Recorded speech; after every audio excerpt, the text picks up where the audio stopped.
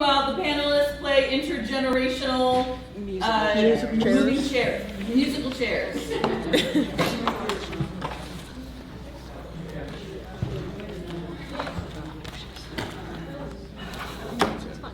Welcome, everyone. Great. Elizabeth, how much time do you want me to give this? For women to trickle in from... I don't mind if they trickle in. Just go ahead. Yeah, just get started. Okay. Because I want to make sure I get out of this on time so I can run to the next one. Yeah. All right, welcome, everyone. The title of this panel is Women Across Generations Discuss Women's Liberation. In keeping with the theme of this year's convention, which is amplifying the women's liberation movement, we've gathered 5 women spanning 4 generations to learn from each other as they discuss how perspectives differ generationally and how we can better work together to bring radical feminism to new generations. This panel is structured as a Q&A with time at the end for questions from the audience. So I'll give some quick biographies. Catherine Kinney serves on the board of WDI USA and has helped start the organization's fledgling anti-pornography working group. Yesterday, she facilitated a breakout discussion for young women and will share some notes in her closing remarks. Born in 2000, she's a member of Gen Z and accustomed to being the youngest person in the room. Elizabeth Chesek currently serves as both president and member of the board of directors of WDI USA.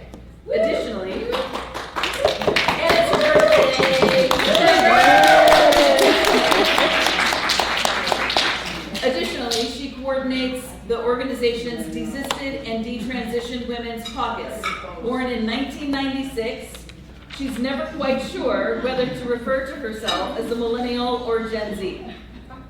Irene Lawrence serves as board secretary of WDI USA. She also coordinates WDI USA's public actions and is one of our volunteer coordinators. She's a millennial, born in 1989.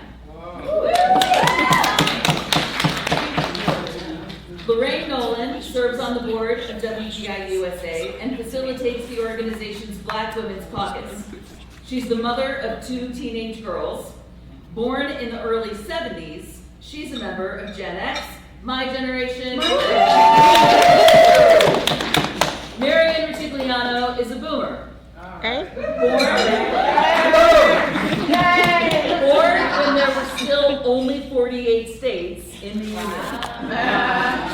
She came out as a lesbian in 1969 in the midst of the burgeoning women's liberation movement and the creation of second wave radical feminism. Okay, question to all panelists. Why is it important to have these intergenerational discussions about women's liberation? Let's start with Catherine, the youngest woman in the room, perhaps. Am I? Is there anyone younger? How old are you again? 24. Oh, yeah. That's fine. Then my bio is accurate, which I am happy about. So age in general for women is a bit of a social taboo. You're not supposed to ask a lady her age. You're not supposed to reference her age, and so on. And this is definitely less true among feminists, but I think it's also true to some extent.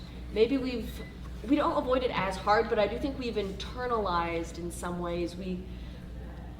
I just think those discussions don't happen as much as they would, statistically speaking, because age, your generation, when and where you grow up is a huge factor in who you are now, your worldview, your political analysis. I think those discussions aren't happening enough, but I think that they should be, especially because patriarchy keeps reinventing its face. And so talking to older and younger women about how patriarchy has changed and yet is fundamentally the same is only going to be to the benefit of all women.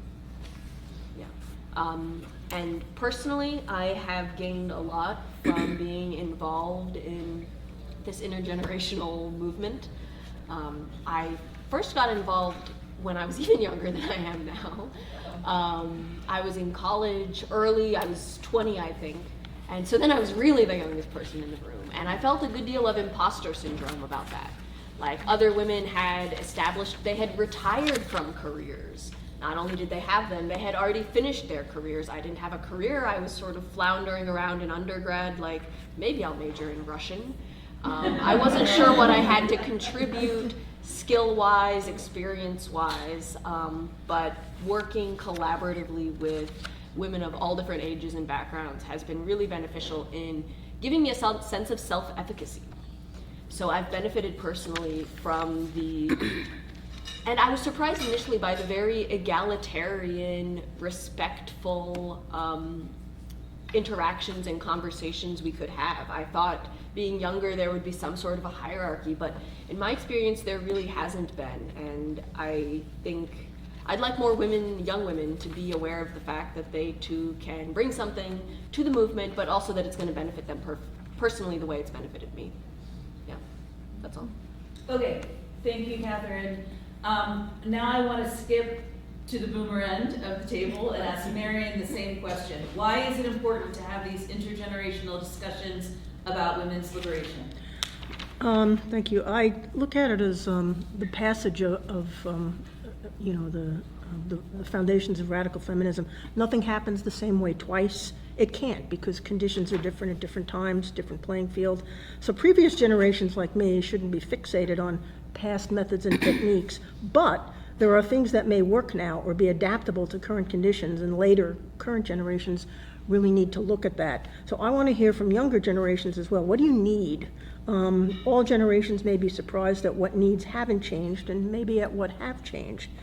When we're passing the baton. I talk about passing the baton, so I shouldn't be keeping a death grip on it, but it's the same baton, it's the same principles, it's the same race, and that's the important part. Women are oppressed because we are born female, foundational lesson of radical feminism. And this has been true always, everywhere, in the past and the present. And we're socialized relentlessly in very specific ways that teach us that the other class of people are there to dominate us and we're to serve them. And we're socialized this way only because we are female.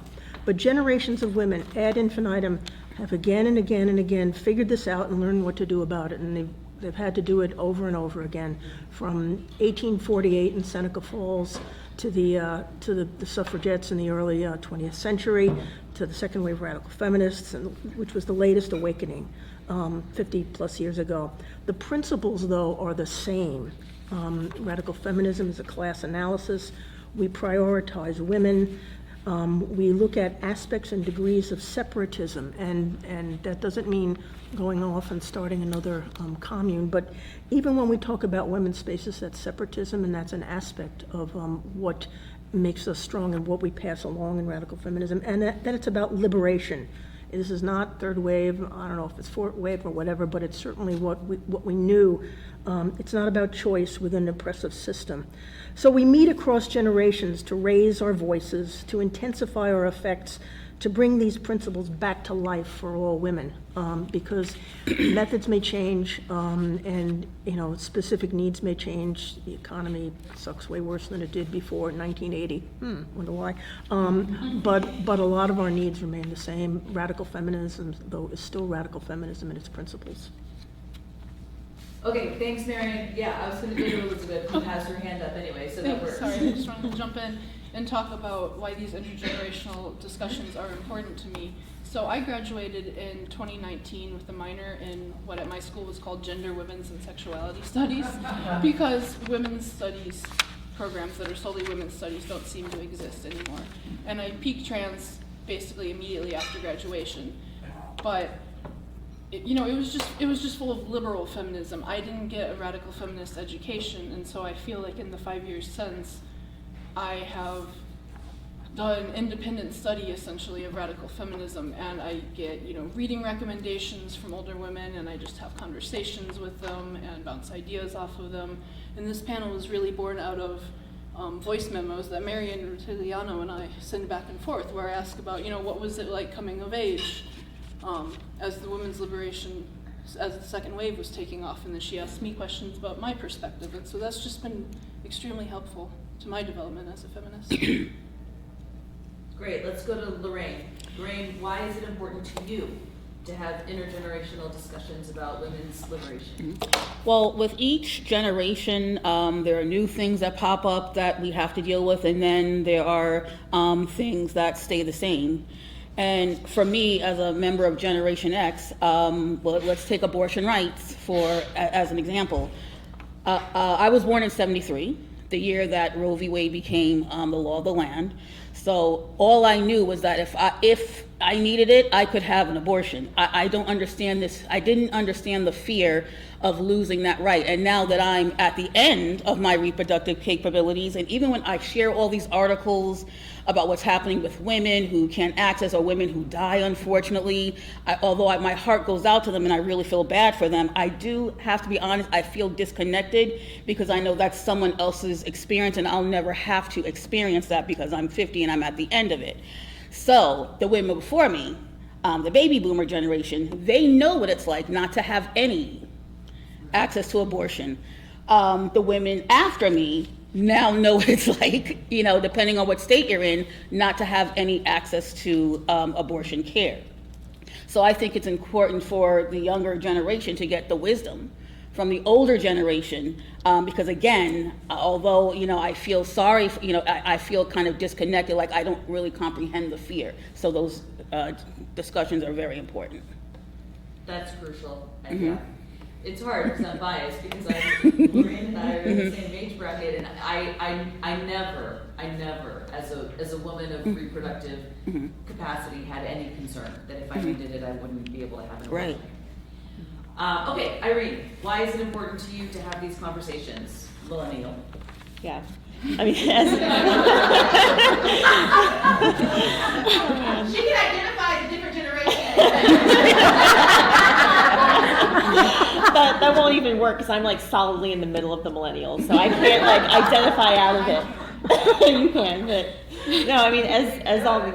You just make it up like I can make it up. No, but as all these women have said, so much stays the same, even as our individual struggles against patriarchy can kind of shift depending on our age. And something that has become so clear as I've gained this community of radical feminists is the extent to which I need to learn how to see other women as essentially trustworthy and as allies. And that just goes against all of our female socialization. And that really took some unlearning, just as it took some learning. And so that couldn't really happen except from having the experience and wisdom of older generations, as well as women younger than me, and seeing, how it could have been different for me if I had just been born a little bit later or earlier.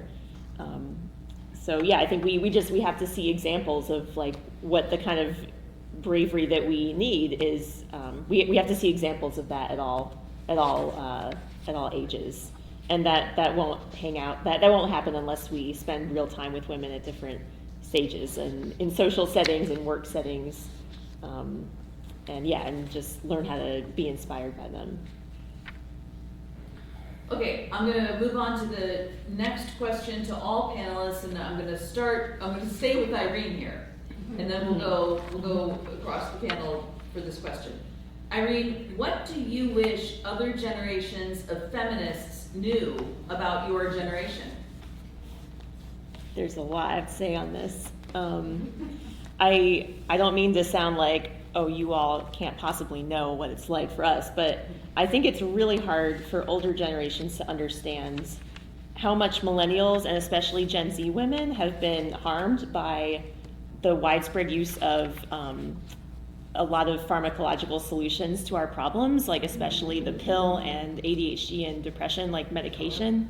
That's just been, we've just been overprescribed so much. And I think those things have really cut us off from our instincts and from our sexuality in ways that I think it's harder for older generations to really understand. And that really hampers what we need to do as feminists, which is trust our instincts and politicize our problems. And then on another side of that is there's been a huge cultural shift away from stigmatizing therapy, which I think is in some ways a good thing, but I think we've almost gone too far to the other side, and especially from, there's a lot of radical feminist analysis of why therapy just kind of personalizes political problems. And if you say anything about that, it's like you're pill shaming, or you're saying people should stuff their problems, or you get, any questioning of that is met really negatively. So I think that's something that is relevant to our development as feminists. And I had one more. Go, yeah. I think it's also really hard for older generations to understand how much porn has hurt our understanding of our sexuality. And I feel like I just missed this because I'm 35, and I feel like women just a little bit younger than me have been hurt a lot more than I have. But I do think it's relevant to millennials and younger. So let's then go to Elizabeth and then Catherine on all 3 points that Irene raised. I'm curious to know if what she said resonates with you as members of generations younger than her. But I just want to emphasize one thing that Irene said, and I understand the absolutely devastating impact of pornography on women in generations younger than myself. But Irene specifically said the devastating impact of pornography on women's own sexuality, which is a specific aspect of the devastating impact of pornography on society at large. So Irene said a lot there, and so I'm just going to ask Elizabeth and then Catherine to react. You want to go? Sure. I agree with all of that. And I'm really glad you mentioned the overprescription thing. The pill in particular is something that, sure, as women we can be grateful for it, but it hasn't really evolved very much since it first came onto the scene. I went on the pill when I was 16, ostensibly for acne, but there was this culture, it didn't help, FYI. It just made me feel weird. But there was this culture of, I think, good parents feeling like they were supposed to get their daughters on birth control as soon as possible to, as part of good sex ed and keeping them safe and so on. I was not interested in men. Like, this didn't line up. There wasn't a direct line drawn there, but pretty much most of my friends were on birth control in high school, even if they had no plans of having sex with men. So yes, definitely that. And then re-porn specifically, I'm glad you mentioned it the way you did, because obviously there's the impact of pornography, which is usually sex trafficking, on the women who are being trafficked and abused. There's the impact on women through the men who consume it. They start thinking that choking, which is actually strangulation, is normal and erotic. But then there's also the impact on women who consume it. And something I think older women don't understand is young women do watch porn. It's not a men-only thing. I don't want to say we, but they do watch it, and it's not, I don't know. I mean, sometimes there's coercion or men introducing it, but it's also so normal. And we talk a lot about how things are normalized. And what it means when something is normalized is that it's normal. People are not criticizing it. Everyone is doing it. All your friends are doing it. Everyone you know. You don't have exposure to any critique of it. You don't have exposure to people just abstaining, even without a political critique. It's normal. So I would want older feminists to just sit with that for a minute and think about what it really means for younger women that all these things are normalized. Porn, but also gender identity. It's not ever presented as something that can be questioned, which is hopeful in a way, because a lot of young women, they don't even have to get to the point of being presented with a critique or convinced that it's wrong. I think if we have a space where they feel able to even question it, a lot will change, but currently we're not there for most of us. Yeah.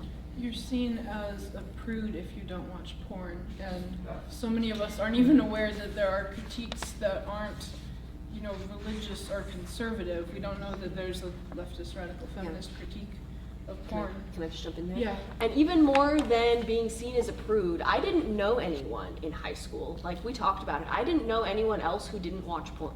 I wasn't interested, and I thought I was maybe asexual, maybe developing late, maybe just socially weird as a result. Like, I didn't tell anyone else I didn't, so maybe there were others who also didn't, but it's not just there's definitely the prude element, but then there's also just the, yeah. And I think something the older feminists might not be aware of is how young these girls are encountering porn, and then it warps their sexuality, and they think that it's normal for your first sexual encounter, the guy is choking you. They have no frame of reference. And even if you never watch porn yourself, if your male partners are using it, that definitely. Yes, absolutely. Or if you're female friends, like, that impacts your expectations. Catherine, can you just expand on that a little bit? My brain is having trouble getting around it. Sure. So even if you're a young girl, you don't watch porn, sure, you can get the messages from boyfriends, or not even boyfriends, just the males around you in your classes around you.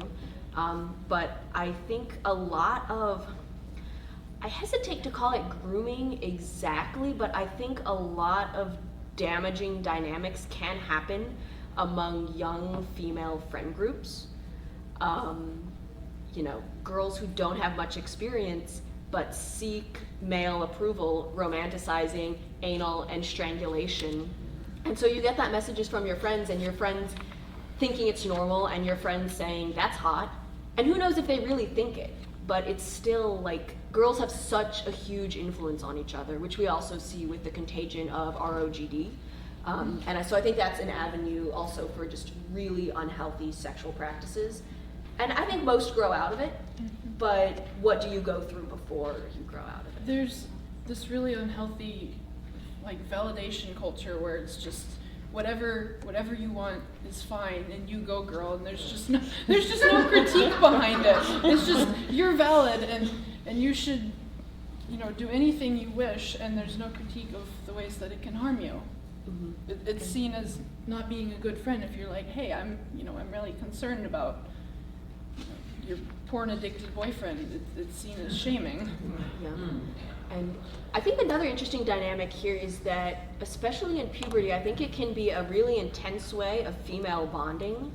Like, as many of you probably know, girls around that age tend to talk a lot about boys and sexual stuff. And I think even if you're not interested or you have reservations, that's what you talk about with your friends, and that's how you get female approval, and it's the most normalized and socially sanctioned form of female bonding. So sometimes I wonder, are any of these girls actually interested in it, or are they just feeding off of each other because they want to be close to each other? Okay. Does that answer your question, Kara? Yes, thank you. Okay. You're showing your age. Okay, Lorraine, what do you wish other feminists knew about your generation? You've all said a lot. In the circles that I grew up in and the circles that I'm in now, I find that a lot of the younger women seem to have, I don't know, not animosity, but a little bit of resentment toward my generation and the generation before us, I guess feeling because we did not impart any more, women-centeredness. But what I've learned, even thinking about my own mother or whatever, I've learned that, previous generations, the baby boomer generation, they were under a lot more patriarchal control. So my generation, Generation X, we actually had to undo a lot of things on our own. Our mothers didn't teach us a lot of things that we actually had to learn from reading from different feminists. So I would just, want, other generations to, just have a little grace for us, because we didn't have the help and we didn't have all the resources. At least I don't think that we did. Marion, what do you wish younger feminists knew about the boomer generation? Yeah, I wish they knew that we're still here, many of them. many of us are still around and active, that we really cared, that we really deeply cared, and we tried. We really tried. We did some good things. I wish they knew what we wrote. Not all of us, but some of us, the women who wrote the seminal works of radical feminism, and what many of us, a lot of the rest of us, read. And this may be a bit of a mea culpa. We thought women's community, and for lesbians more specifically, lesbian community, we thought women's community would always be there. So many of us, after we built this edifice, went off to career, to family, creative pursuits, a few off to religious cults. So we weren't there, or not enough of us were there, when postmodernism, BDSM, worsening misogyny, the progression of pornography, when all of that slowly but inexorably worsened. And this is really one of the great regrets of my life as a feminist, that we said, oh, it'll always be there, so we went off to do whatever we were going to do. And I really honor the women who continued to fight the good fight. And I'm very sorry that some of us weren't there when we should have been. So, the next question is that, what would you want to ask other generations? And, and I would have said, well, what are the biggest one or two things that would make the biggest difference for you if these were resolved? And I heard porn and gender identity kind of over and over, but what it tells me, it may be that it's such a shit show with lots of things needing fixing. So where do we even start? So I would want to know from other generations, what concrete things can us older women do to help you? What specific things can we do to help you individually when when you meet us, and as a group? What can we do? I would have asked, what do we elders fail to get? And I get the horrible distortions of sexuality and sexualization. I would ask you, in what ways can we be more active with you to for this amplified resurgent women's movement that we want to construct. So let's go there. Let's go right to Marion's question, down the table. So Marion's questions were, what can older feminists be doing, and how can older feminists be helping? And I think we heard the mea culpa there. I think a lot of us lament the fact that we have so many strong elders, and then the movement, what happened? What happened to the movement? And in 2022, WDI USA reignited it. So here we are now amplifying it. So let's go down the table of panelists. Lorraine, how would you answer Marion's questions? Wow, I guess just, keep giving us the wisdom that you have when we ask for it. That's pretty much it. Just one other very, very quick thing. My question was actually already answered. It does seem that generations younger than mine are experiencing a lot more based on what you're saying. And so just keep imparting wisdom. Irene, do you want to add anything? Not really. I mean, I feel like to keep doing what we've been doing of cultivating both in person and virtual spaces where we can have these intergenerational discussions. Elizabeth. I've just really appreciated the older women who I feel have really taken me under their wing and trusted me and given me responsibilities and passed along their skills and knowledge. I appreciate that so much. I appreciate you for believing in us. Like mentoring?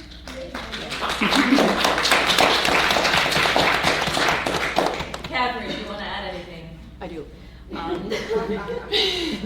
have a very different answer. I agree with all of those. But something that we heard over and over and over again in the Young Women's Breakout yesterday was about the impact of the economy and our financial standing right now. I'm not saying give us all your money, but I think it's something to be mindful of. If you have a fully developed career, if you've retired from it, if you own a house, if you own a car, if it's easy for you to drop however much money it took to get a ticket here, fly here, stay in the hotel, we try to be aware of class and make it possible for all women to come, like with the hardship, standard, appreciated level tickets. But I think we could think about that more, and maybe that's something in particular for older women who have more steady finances to think about. If that is the case for you, which it isn't, for everyone who's older, but there's a trend there. Yep, okay. All right, we're gonna switch gears a little bit. We're gonna stick with Catherine, then we're gonna go back this way along the panel. How does being outspoken about the sex-based rights of women and girls affect women differently depending on what stage of life they're in? That ties in well to what I was just saying about the economy and finances and what you risk losing. So some women risk losing careers. For some women, it's almost guaranteed. If their workplace finds out about this, they're out. Others, it's more up in the air. I think for young women, it's tricky in a different way because you don't, missed opportunities are not the same as getting fired. You don't know what opportunities you've missed because of being an outspoken feminist. So in some ways, I think that's easier. It's not as direct a loss, but the uncertainty, I know, gets to me, gets to others, because you don't even know what you might be giving up on. That's one thing that comes to mind. Another is the extreme prevalence of social media and the way this is tied up not only in economic, financial punishment, but also social sanctions, and how those can be interrelated. That's definitely something else that came up in the Young Women's Breakout yesterday was about how can we create a landing place for women who might lose, economic opportunities and all their friends in one fell swoop if they become active feminists. And one thing we talked about, inspired by the lesbian coming out group, is maybe we need a feminist coming out group. Maybe that's something that would be useful. Okay, so just before going on to Elizabeth, and I know Elizabeth has very strong thoughts about speaking out about women's sex-based rights for her generation. I just want to share. I'm not going to name names, but when I was on the board, there was a woman who is in the middle of her law school career who was contemplating joining WDI USA as an intern, and we had a serious conversation with her about whether it was wise for her to list such an internship on her resume. Because if she listed WDI USA as an internship on her resume, could she ever get a job as a lawyer? Could she ever do that? So there were conversations about whether, she should just do it without listing it or, But what Catherine's talking about is very, very real for women of her generation. Okay, Elizabeth, I know you've got tons of thoughts about this for your generation. Oh, I actually feel like this is one of the places where I have shorter remarks. Okay. Okay, so let me gather my thoughts. I feel like it was actually pretty easy for me to be outspoken about women's sex-based rights. I mean, it was hard losing friendships, but career-wise, I felt like because I was early career, I had nothing to lose. When I started speaking out about this, I was working at a bakery. If I lost my job, I'd go to another bakery. I didn't have a decades-long career that I was risking, so I felt that I had nothing to lose, and I was just going to come right out and say it all. Okay, let's go to Irene. Irene, how does being outspoken about the sex-based rights of women and girls affect you, specifically in your generation? As a millennial. Yeah, I feel like in a way I was luckier because by the time I peaked trans, I was in a pretty solid career. I don't want to say where I work, but I feel fairly safe in my career as of now. But I'm keenly aware that like what you were saying, Catherine, about social sanctions, those are really especially salient to younger women because we have such a need to bond with each other. And I know as a younger woman, I would not have had the internal strength to stand up against this stuff. And so I'm glad that at least for now, my career seems safe, but of course more and more areas are captured and it's never really secure, I guess. But I guess for me, the most salient part is how this has affected me is finding a partner, because I feel like you have to either they need to already be a TERF or you have to TERF them. And when I first came to this movement, what's going on there. Sorry, when you first came to the movement. Yeah, when I first came to the movement, I thought I was straight, and that changed. But it's complicated in a different way now. But yeah, that's been a journey of its own. Okay, Lorraine, how has being an open advocate for women's sex-based rights affected you as a member of Gen X? I think that, well, Gen Xers are probably known for, being tough, not caring what anybody thinks. But again, just like being at the end of your reproductive capabilities, many of us are also probably at the end of our careers thinking about retirement. So I guess I have that privilege not to be so worried, because I'm also thinking about that. I've been in my career for a very long time. I think that, I guess what I'm trying to say is that I don't really have that much of a fear. Everybody I know agrees with me on this issue, literally everybody I know. So I'm not worried about losing friendships or family or anything like that. I guess, I have no fear. But again, that's the privilege I have. I'm not starting a career. I don't need to form new professional relationships. I already have solid ones. So I think that's how it's impacting me, not so much. I changed my career as a TERF. I just lost my 20-year career. Poof, gone. Yeah. Thank you for turfing. So I'm glad that Lorraine has that experience. It's not my experience, but that's okay. All right, and then I know Marion. Go ahead, Marion. How has being a TERF affected you as a boomer? For those of us who still need to be working even as we get older, and I do, and it's going to be a while longer, I have the same concerns about loss of livelihood and job. You go on all these sites where these guys talk, and it's just like, somebody looked at me cross-eyed and accidentally said, "Sir," and it's like, get a lawyer, write it all down, go to HR, you can get them fired. I mean, it's like they go right there. So I totally understand the concern with loss of livelihood, loss of a job, and I'm concerned about that if I speak out and incur the wrath of the gender cult. So, but if someone is retired or doesn't have that concern in their career or their job, or no longer has it, it's easier to speak out, because otherwise there are very real economic concerns. But I hold no judgment regarding any woman's personal circumstances and what she needs to do to stay alive, to keep a roof over her head, provide for her kids. So, but you do what you can, but you do it for women. I mean, that's why you do it. Okay, now we're going to go specifically to Lorraine as an individual mother. I think the only mother on the panel, yeah? All right. Lorraine, as the mother of 2 daughters, what advice do you have about imparting a radical feminist analysis to your daughters, and how are those conversations evolving as your daughters are growing up? Okay. Unfortunately, I didn't grow up with women-centered thinking. My late mother was a product of her generation, baby boomer, like a lot of women were, performing femininity. My mother was a type that always had her hair done, nails done. She would be described as on point. Everybody knows what that means. And that was, I hate to say, I had to undo a lot because it would kind of be forced on me. Growing up, I preferred masculine presentation. And of course, that was a source of strife, and I ended up feeling, self-conscious, not good enough, because I was, not worthless if I did not perform femininity. Okay.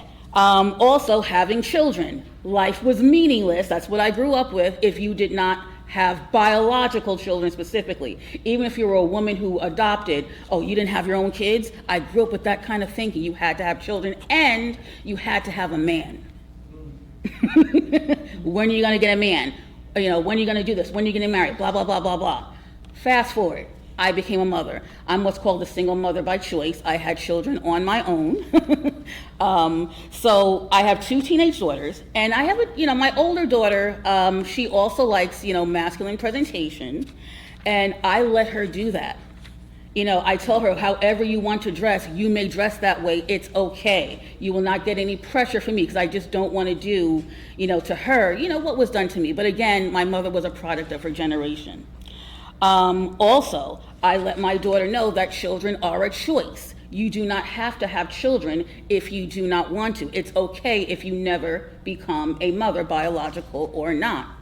And also, and my daughter will confirm this, I try not to present or endorse any type of heteronormativity or finding a man or anything like that. And my daughter said, you know what?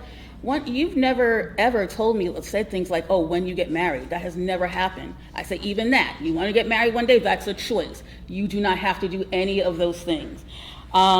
She is becoming very interested in feminism, radical feminism. Sometimes she's listening to feminist question times along with me. She's finding things on TikTok, asking me questions, and even sharing with me some memes and things that she's finding that's very woman-centered. She disagrees with me on the trans issue. We're not there yet. But anyway, I'm just glad that she's woman-centered, because it would just hurt my heart if, she became like, a pick-me or a handmaiden. So far, we're not going that route, thankfully. So, my oldest is 15, and my younger daughter is 13. She's on the spectrum, so she really doesn't understand. She has mind of like maybe a 4-year-old, so she doesn't really understand a lot. But my 15-year-old, happy to say that she's woman-centered. Well done. And then we'll go to Q&A before we have to close. To Lorraine and Marion, tell us about the women who were influential in leading you to a radical feminist analysis. Who were the women who were to you what you, as the older generations, are to the rest of us? Marion or Lorraine? Both. Okay. Either. I was around in the time and place where second wave radical feminism was being created. This was from the late 1960s through the 70s and 80s in New York City. And I was still young at first, teenager, but was like a fly on the wall, watching and listening. I mean, these incredible women were around. They would speak in various places, speaking around town, and I would follow like a puppy and go listen to them whenever I could. They were approachable, and I didn't know that it was like a big deal to just go up to them and ask them questions about their talks and their books. T. Grace Atkinson flies under the radar. She did not publish much, but she was incredibly influential in characterizing the tenets of radical feminism. She kind of faded from view. She's still alive. We're still here. But she was very, very influential. I listened to her, and she was really instrumental in creating the second wave. Kate Millett was around when she wrote Sexual Politics. I mean, I got to go ask her questions. I don't understand this. What did you mean by this? Audre Lorde was around.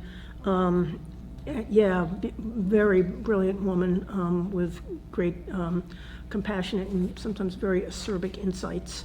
Andrea Dworkin was around a little bit later. In the 1979 Women Against Pornography March, somebody said, "That's Andrea Dworkin holding that sign." So, I mean, I ran up to her and I thanked her, for being there and for what she was doing. And I said, "What else can we be doing?" And then she looked really sad, and she said, "It's going to get much, much worse before it gets any better, but never give up." And that, I have like that thing, never give up. Can we move on to Lorraine? So that was my influences. Thank you. I was done anyway.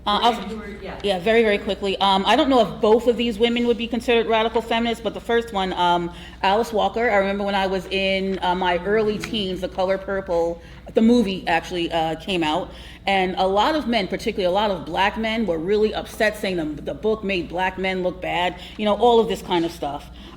She never apologized, which was good, and she just said, you know what, my work is centering black women and our experiences. Take it or leave it. So I love Alice Walker. Even in her fiction, she provides a radical feminist analysis. Now the second woman, Ayaan Hirsi Ali.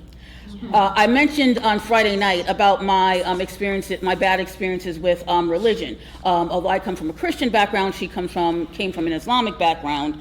I read her book Infidel.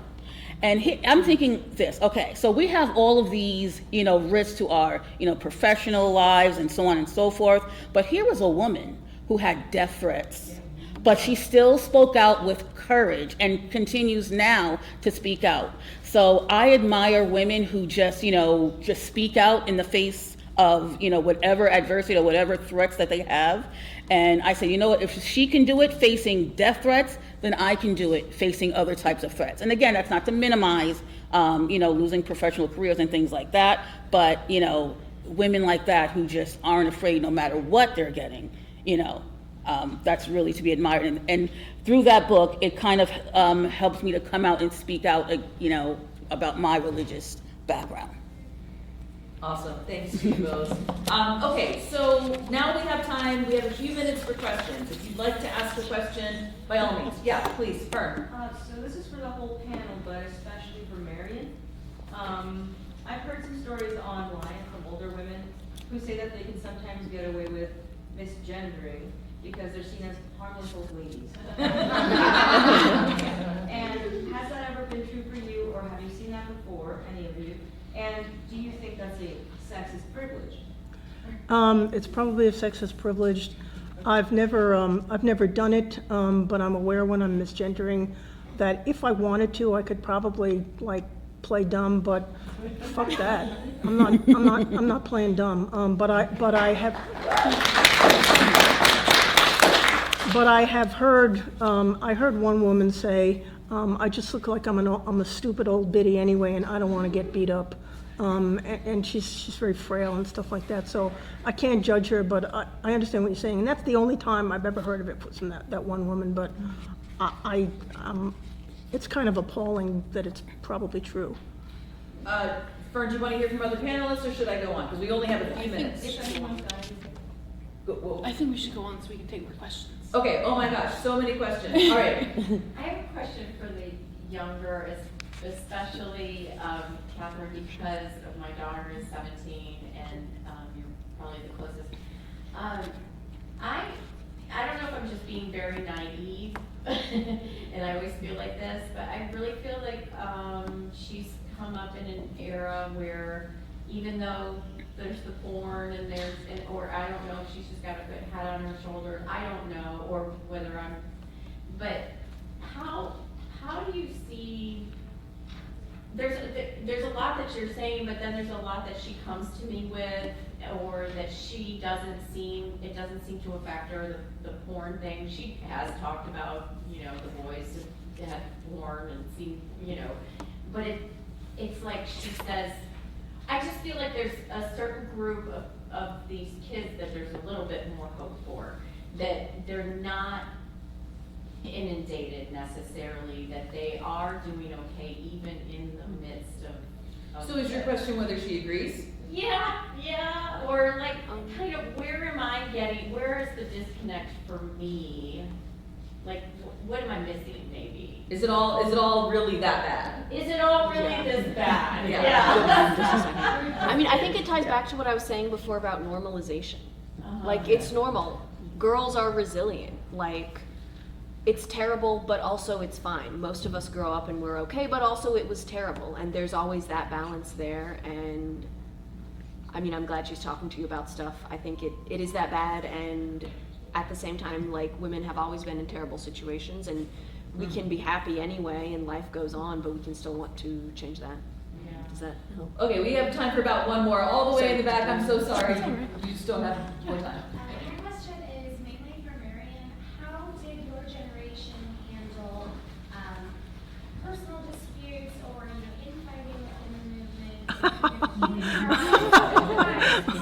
I see a lot of that beginning as the movement becomes more focused and organized, and I very much want everyone to just keep your eyes on the prize. Like, we have to work with each other. How did you guys? Same as it ever was. Say it again? Same as it ever was. Sometimes it was handled well. Sometimes it was not handled well at all. Strong personalities. It is not all. I mean, so much of how women respond to things are just how we're socialized. Some women really do have really deep personal issues.